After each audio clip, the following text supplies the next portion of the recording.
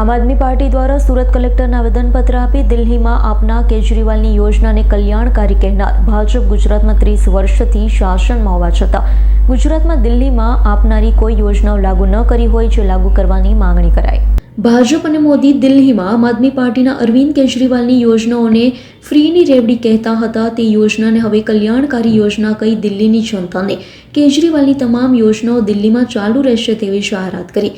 છેલ્લા 30 વર્ષથી ગુજરાતમાં ભાજપનું શાસન છે તો પછી ગુજરાતની બહેનોને દર મહિને 2500 અને પ્રસૂતાને 21,000 કે ગુજરાતના વડીલોને પેન્શન કેમ આપવામાં આવતું નથી તેવા સવાલ સાથે સુરત કલેક્ટરને આમ આદમી પાર્ટી દ્વારા તમામ યોજનાઓ ગુજરાતમાં લાગુ કરવામાં આવે તેવી માંગણી સાથે આવેદનપત્ર આપી રજૂઆત કરી હતી। જી આજે સુરત શહેર આમ આદમી પાર્ટી સંગઠન દ્વારા માનનીય મુખ્યમંત્રીશ્રીને આવેદન આપવા માટે કલેક્ટર કચેરીએ કલેક્ટરશ્રીના મારફતે આપવા માટે આવ્યા છીએ। આપણને બધાને ખબર છે કે છેલ્લા 30 વર્ષથી ગુજરાતની અંદર ભારતીય જનતા પાર્ટીની સરકાર છે પણ સુવિધાના નામે એકદમ ઝીરો છે।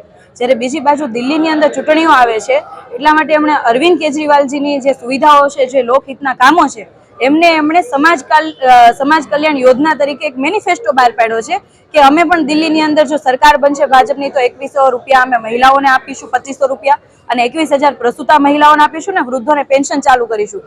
એટલે એનો મતલબ એવો કે જે હાલમાં આમ આદમી પાર્ટીની સરકાર છે અત્યારે કામગીરી કરી રહી છે એવી જ કામગીરી ભારતીય જનતા પાર્ટી કરશે અને એવી જ સુવિધાઓ આપશે।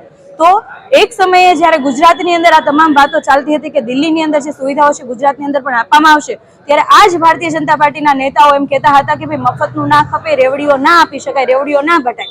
પરંતુ આજે જ આ તમામ ભાજપના લોકો આજે અરવિંદ કેજરીવાલજીના રસ્તે ચાલી રહ્યા છે, ખરેખર ખૂબ ખુશીની વાત છે। તો અમારી એટલી માંગણી છે કે ગુજરાતની અંદર છેલ્લા 30 વર્ષથી ભાજપની સરકાર છે તો અહીંયા પણ બહેનો માટે દર મહિને 2500 રૂપિયા આપવામાં આવે, મહિલા જે પ્રસૂતા મહિલા છે એમને 21,000 રૂપિયા આપવામાં આવે ને વૃદ્ધોનું પેન્શન ચાલુ કરવામાં આવે। આ તમામ પ્રકારની યોજનાઓ છે ગુજરાતમાં તાત્કાલિક ધોરણે લાગુ કરવા માટેની અમારી માંગણી છે। Bureau report S9 news Surat. અમારી તમામ માહિતીથી અપડેટ રહેવા માટે જોડાયેલા રહો S9 ન્યૂઝ સાથે।